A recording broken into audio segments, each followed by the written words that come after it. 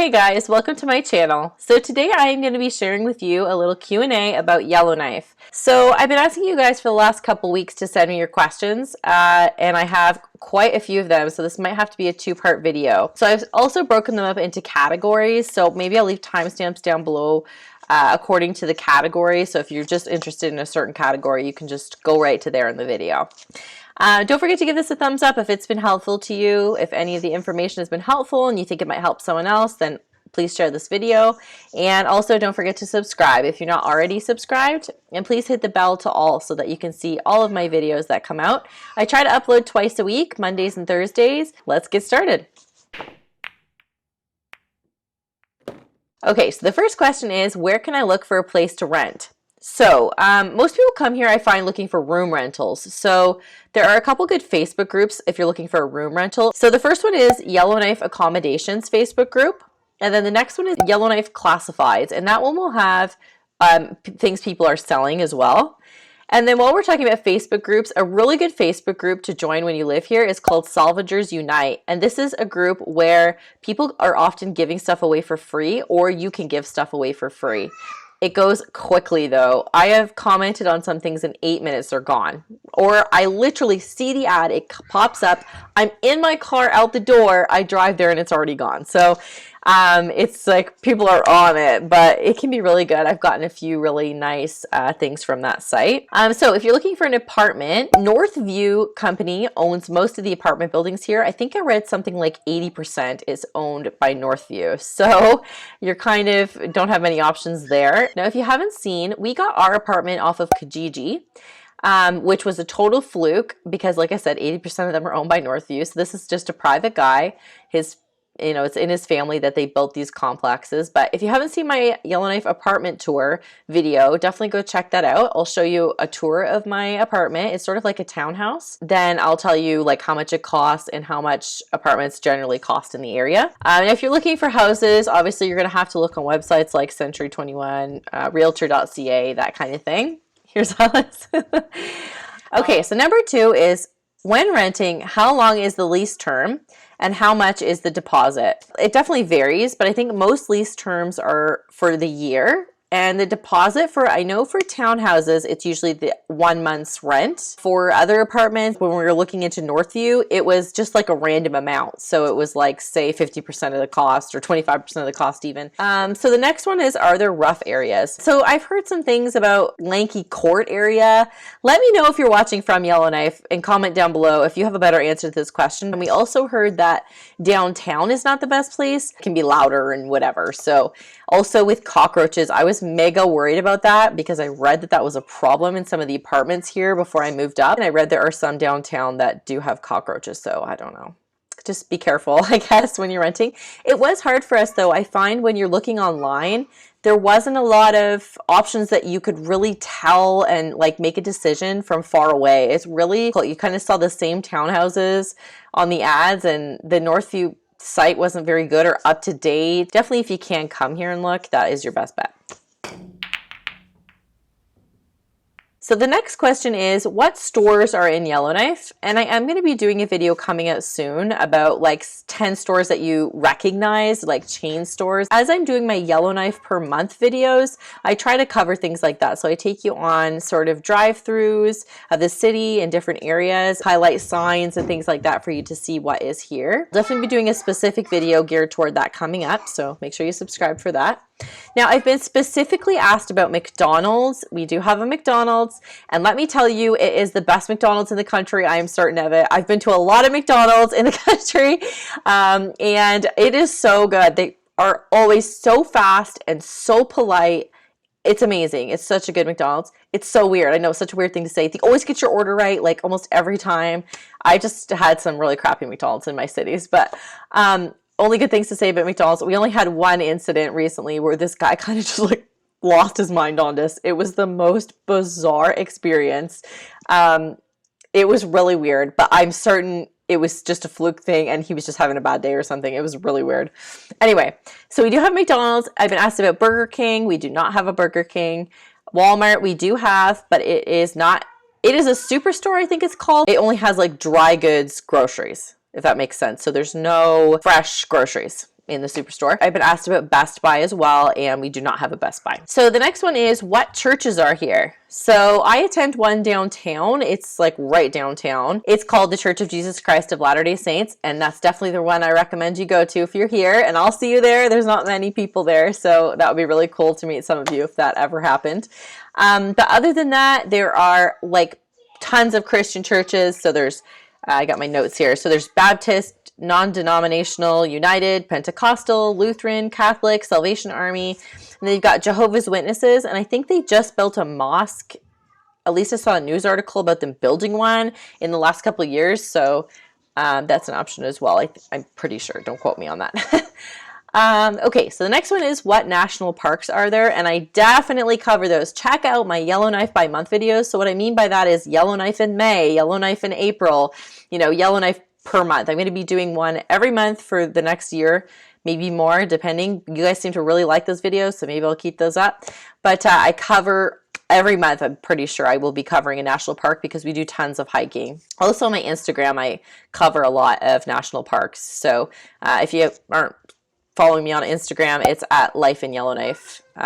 So you can follow me there if you'd like. Now, someone asked me, are there seasonal workers and do they cause problems? So I think a lot of people come temporarily to work. I think Yellowknife has a real problem keeping people to live here. So a lot of people come up because you make a ton more money. So it's more expensive to live and things like that, but the amount of money that you make is worth it. So I think a lot of people from provinces down below come up and work here for a short amount of time and then take the money and go back to where they're from. And so I think there's a lot of people that come here. I don't know if they're hired seasonally necessarily, but certainly at the hospital they have some people fly in for a couple months and things like that, doctors and people they have need of. I don't think they cause any problems though. I haven't heard anyway that they've caused any kind of problems. So the next one is, do you have any annual leave entitlement? And I had to look up what that meant. When I looked it up, it said like paid days by the government. So I'm hoping that I'm answering this the way that you were asking it. We do have things like paternity and maternity leave, which is, I'm pretty sure you get that from EI, like unemployment insurance or employment insurance. I don't know. And that's like a certain percentage of your income, I think, depending on where you work. I've never claimed that myself, so I have no idea how that works. And then also we get like sick days if you have a full-time job. Depending on the job, right? It's different for every job. But for Chris's job, I'll speak to, there's sick days that he gets. I think he gets like 10 a year or something. Then you get vacation days. So again, depending on how long your term is, or not term, how long you've been employed with the employer, you get a certain amount of vacation days. And then he gets at least like education days, I think they're called, or flex days or something. I can't remember. I meant to ask him before he left, but I forgot. But basically, I think he can, if he's like doing a course or something, he can take a day. I don't really know, to be honest. Just gonna fix the camera here. So yeah, I think that's what you mean by that. Hopefully. Let me know if I screwed that up in the comments and I'll try to answer that in a later video. Okay, so the next one is, what are the most popular employers? And I think they are mining and then tourism, which is really struggling right now, of course, or government employment. And then we also have a lot of like, I got this from the census, sales, business, finance, trades, and transport apparently are also very popular here. And then someone also asked me specifically, is there a tourism industry? And yes, there is a tourism industry. I think this is a pretty popular place for people to tour, because like, in the months when things were open, since we've been here, there were always tourists walking around downtown. And it's funny because I would always, like, for so long, for months, I'd be like, Chris, like, look at all the people in the same coat. Like, how weird is that? And he would have to be like, every time, like, yeah, it's the company that they rent out the coats or whatever. Anyways, it was like a big joke for us for a while. And yeah, so there was always tons of tourists around that we saw. Of course, people have Canada Goose coats here as well, but they're all, like, all the same color. Like, they're all blue and stuff. It was, anyways. And then the next one is, can you help me get a job, or can you help me immigrate? I get those questions all the time, and unfortunately, I can't. The best thing to do probably for immigration would be to consult an immigration lawyer or an immigration specialist. I have no credentials in any way to help you with either of those things. And like, you know, people ask me for sponsorships and things like that, and I have no idea how that stuff works. I'm only here trying to provide you some information about the city and, you know, what it's like to live here. It is a unique place to live. So I know that when I was looking before I moved here, trying to look at YouTube videos, I could find lots about Nunavut and like Iqaluit and stuff, but I could find none about the Northwest Territories. So as far as like just general life, you know, aside from like drive-throughs of the city or what the weather's like, I have not been able to really find any videos, or I was not able to. So that's what I'm trying to provide here for you, just like more information in case you're interested in visiting or moving here or whatever. So the next one is, how hard is it to get a job in Yellowknife? And I can't really speak to that either, to be honest, other than my experience in getting my husband's job. It did take a while. I'm pretty sure we applied months before we actually got the job. I say we, like I got the job. Anyway, so he applied months before he actually got the job, and he didn't even get an interview the first time. And then he applied the next time. He heard to just like kind of keep applying. And so he did. He applied again and he got an interview in the job this time. But the process took a while. Again, like I think it took at least a month. And then of course he had to wait for his license to transfer over and things like that. So he came here, we drove, and then we stayed at my father-in-law's. I tell you all this, and maybe I'll link the videos down below so I'm not going on too long here. I show you my journey here and sort of talk about this. But anyway, so we stayed at my father-in-law's and then we came here, and it was weeks before he could start working. So as far as hard goes, it wasn't hard. It wasn't a hard process. He was prepared for the interview and things like that. But, you know, it did take a while, so you have to be patient for sure. And again, I don't know about other jobs. If I had to guess, I would say it's probably pretty easy because there's such need here for so many things. Someone specifically asked me what's available for healthcare workers, which is such a good question. So there's the hospital, of course, and then the hospital has an extended care unit, but because they don't have any nursing homes right now, which is bizarre, I don't think most people stay here to retire. In fact, when I checked the census population, the elderly, you know, 65 plus was quite a bit lower than what I thought it would be. So, but they are building a nursing home. So he says lots of jobs should open up soon for that, which is great. So if you're in healthcare, that might be interesting to you. I'm going to stop this here. I feel like that's probably enough questions for now. I'll do a part 2 of this video. It will come out on Thursday, so only a few days away. So definitely make sure you subscribe to catch that video, part 2 of these questions. I'm covering more miscellaneous items and vehicles in that video.